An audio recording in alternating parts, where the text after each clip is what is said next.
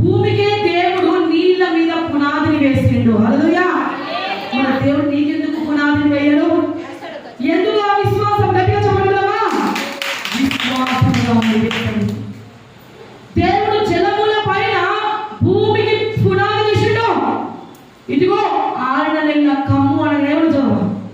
6 నెలల చదువు. దేవుడు వెలుగు కమ్మని కలకగా వెలుగు మంచిదైనట్టు దేవుడు చూచెను.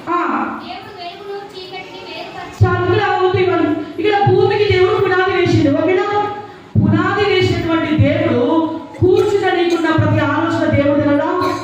నీ ఆలోచన యావత్తు నీకు తెలియదా? అనుకోవచ్చు, దేవా నాకు ఇల్లు కట్టుకోవడానికి, దేవా నాకు కుటుంబం ఇట్లుంది, దేవా అట్లుంది. దేవుడు జగత్ పునాది వేయడానికి నువ్వు తెలుసు దేవుడికి.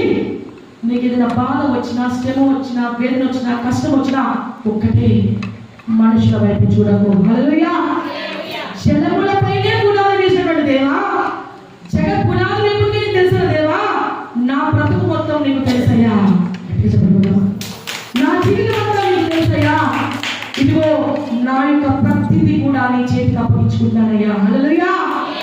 దేవుడు నిన్ను పేరు పెట్టి పిలుచుకున్నాడు. నిన్ను సంఘంలో కూర్చోబెట్టినంటే దేవుని యొక్క శక్తి నీ మీద ఉంది కనుక ఈ రోజు ఇక్కడ కూర్చున్నావు. హల్లెలూయా.